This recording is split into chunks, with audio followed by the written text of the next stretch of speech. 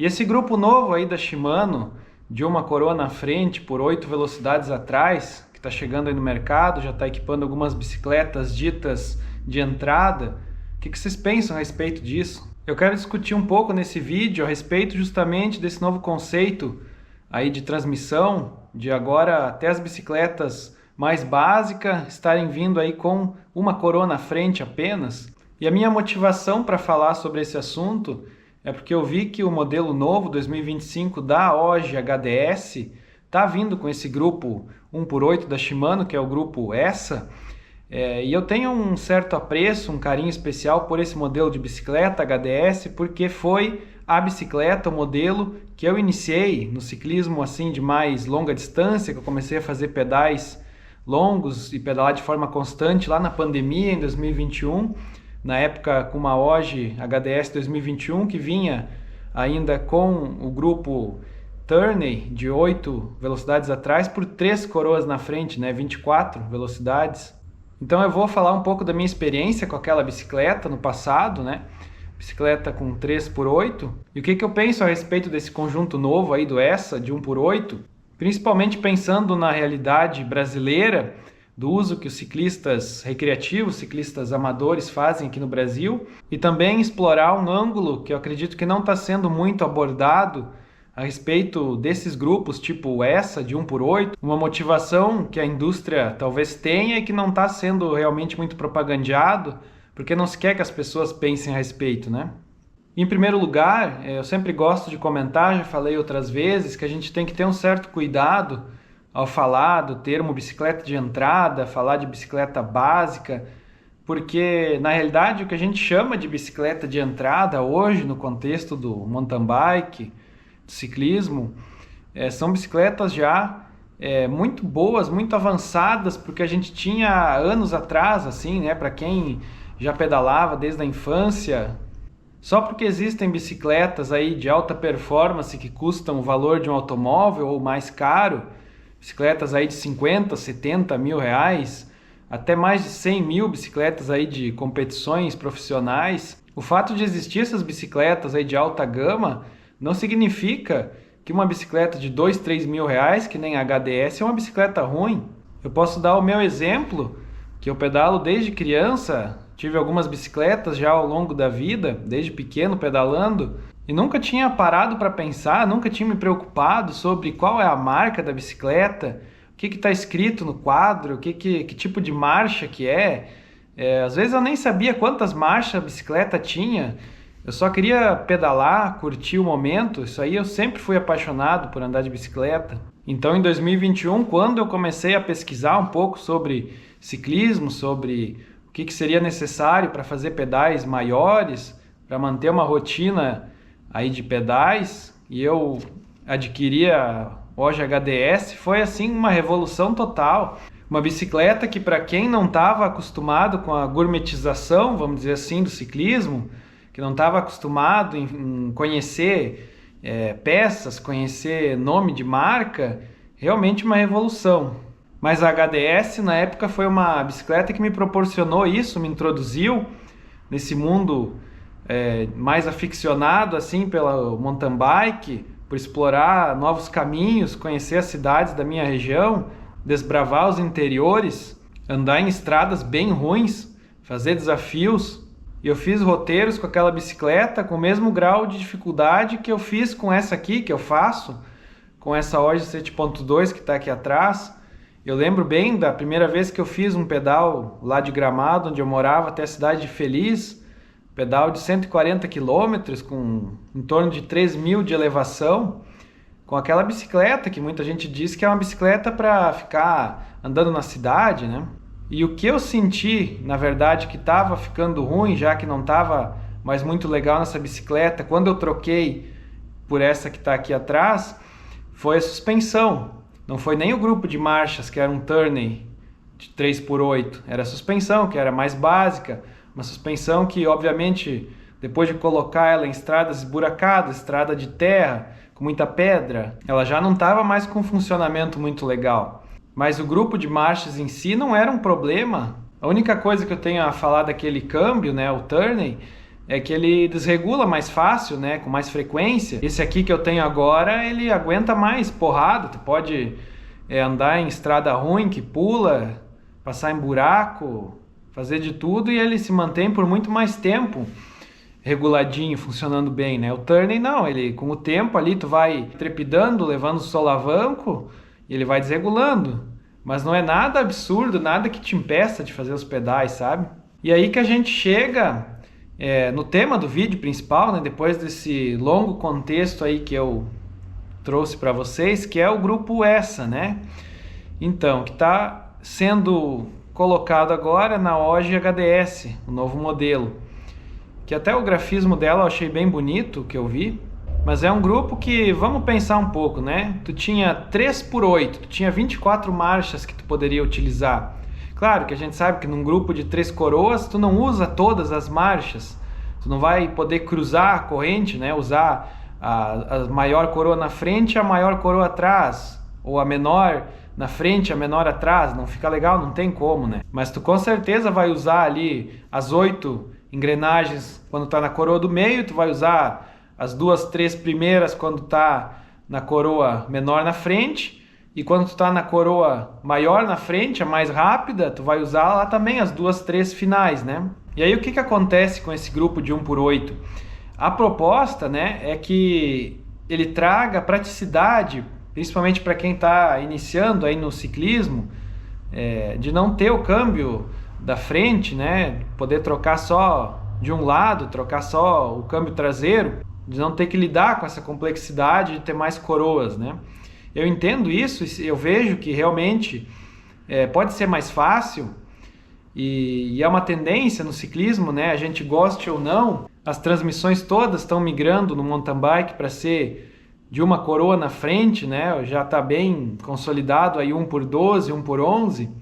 Só que a minha dúvida é realmente se é tão bom levar isso ao extremo de ter esses grupos 1x8, 1x9, né? Será que não valeria a pena manter por mais tempo os grupos aí 2x8, 3x8, 2x9, 2x10, que são grupos que funcionam muito bem, né?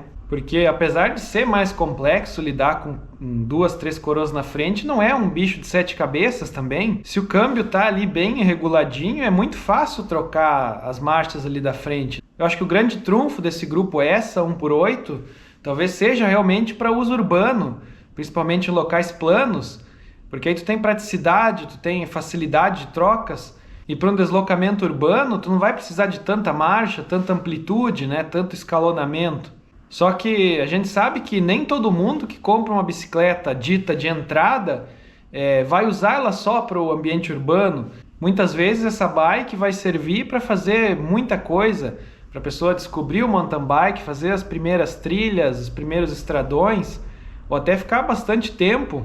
Por mais que o fabricante diga que não é o mais indicado para ela, mas o quadro em si, por exemplo, da HDS é um quadro bom, é um quadro reforçado. Eu fiz muita coisa com ela e não tive nenhum problema. E aí que vem a grande desvantagem, porque se tu for levar essa bicicleta para pedais longos, para regiões de serra principalmente, vai ter uma dificuldade grande. Esse grupo, essa em específico, eu não vi ele em funcionamento ainda, não vi de perto, mas eu tenho uma experiência de um amigo aí que pedalava comigo, às vezes lá em Gramado, que ele tinha um grupo na bicicleta dele de 1x9, era um cassete 1150, não era Shimano, a Shimano não tinha lançado ainda esses grupos 1x8, 1x9, e eu via como era difícil com esse grupo 1x9, esse cara aí manter a cadência, sabe?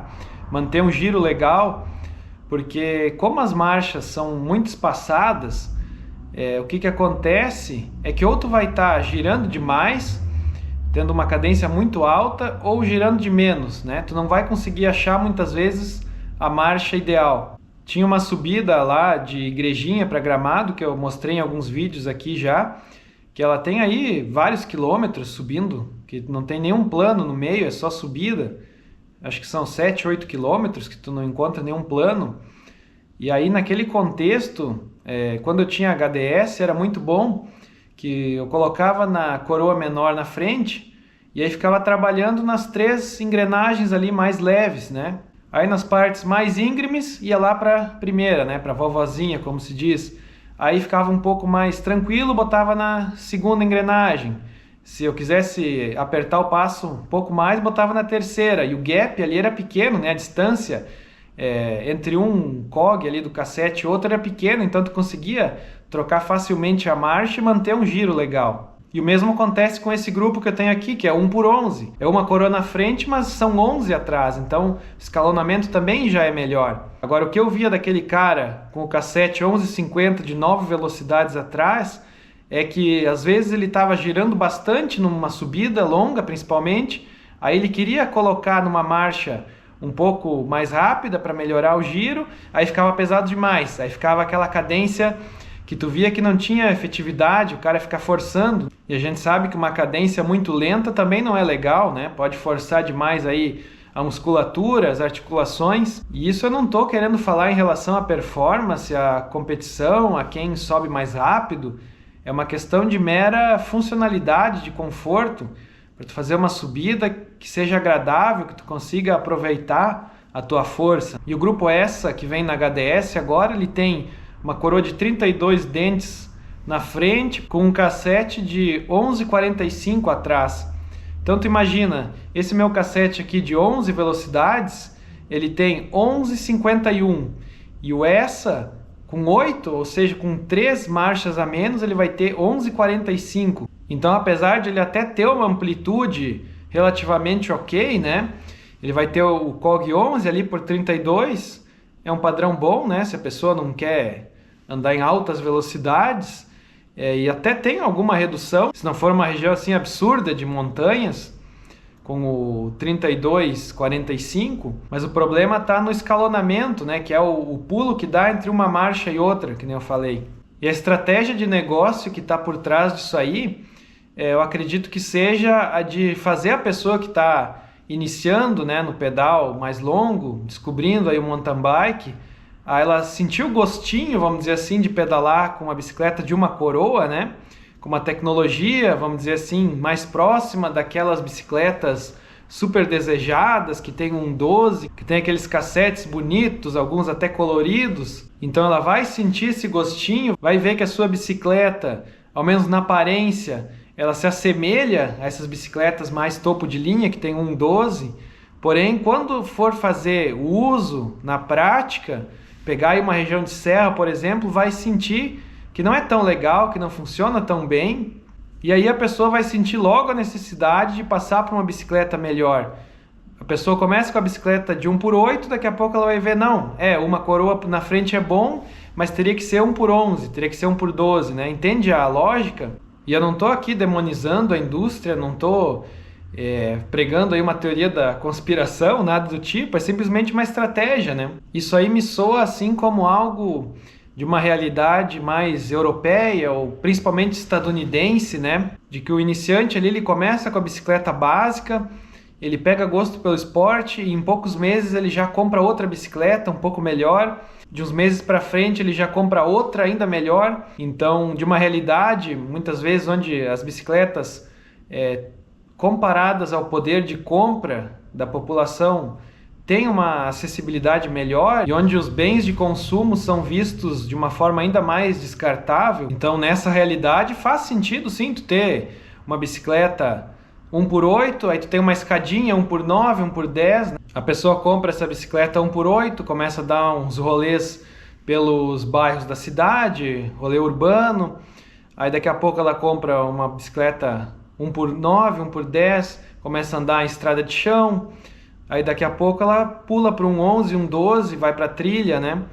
Então, mas não é a realidade aqui do Brasil, por vários fatores aí, como a carga tributária, né? Principalmente sobre o consumo, o poder de compra aqui, a realidade da maior parte da população, dos empregos, dos salários, até mesmo para quem tenta empreender, é uma realidade muito hostil, assim, de um poder de compra que é corroído muito rapidamente, está muito sujeito às instabilidades do nosso país. Então, tu pensar que a maioria das pessoas que começa no ciclismo tem capacidade de em pouco tempo já estar trocando de bicicleta é um negócio absurdo, né? Não se encaixa na nossa realidade aqui. Então, se a ideia é colocar coroa única até nas bicicletas mais simples, então tem que ver um grupo que seja um 11 ou até um 10, né, como tem agora o Kills, mas ainda mais barato, que seja um material mais pesado, sei lá, que seja uma construção mais simples, mas que ainda ofereça um escalonamento legal para a pessoa que está iniciando poder fazer as suas subidas, poder fazer pedais longos com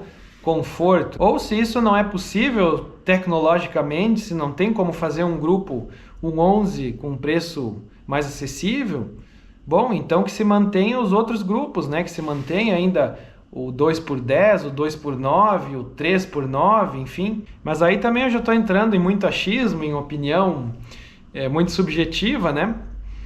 É o que eu penso. Como eu já falei muitas vezes, eu não sou especialista em bicicleta, não sou especialista em peças, em grupos, em nada disso, né? Eu só gosto de pedalar. Uma pessoa que descobriu a paixão aí por andar de bicicleta, na verdade desde cedo e nos últimos anos aí de uma forma mais intensa, como um estilo de vida realmente. Então pode contribuir aí nos comentários com a tua opinião, o que tu pensa sobre esses grupos aí de uma coroa nas bicicletas de entrada, se tu já experimentou, qual é a tua experiência com eles. Eu estou muito satisfeito, aí, muito feliz que nos últimos vídeos o pessoal tem comentado bastante, vocês têm contribuído com reflexões aí, apontamentos muito ricos, muito valiosos. Eu consegui reunir aí um pessoal muito bacana me seguindo, inclusive aí no último vídeo que eu gravei falando sobre o dilema de ou trocar as peças ou trocar a bicicleta inteira, né? Teve pontos de vistas ali bem diversos, até antagônicos, mas todo mundo falando com respeito, todo mundo trazendo argumentos válidos. Eu estou bem feliz com isso. Se tu chegou aqui e ainda não é inscrito no canal, te convido aí a se inscrever para não perder os próximos conteúdos, deixar teu like aí se gostou desse vídeo. Tô cada vez mais aí me esforçando para trazer temas variados, trazer coisas diferentes, pesquisar bastante. Muito obrigado e até o próximo vídeo.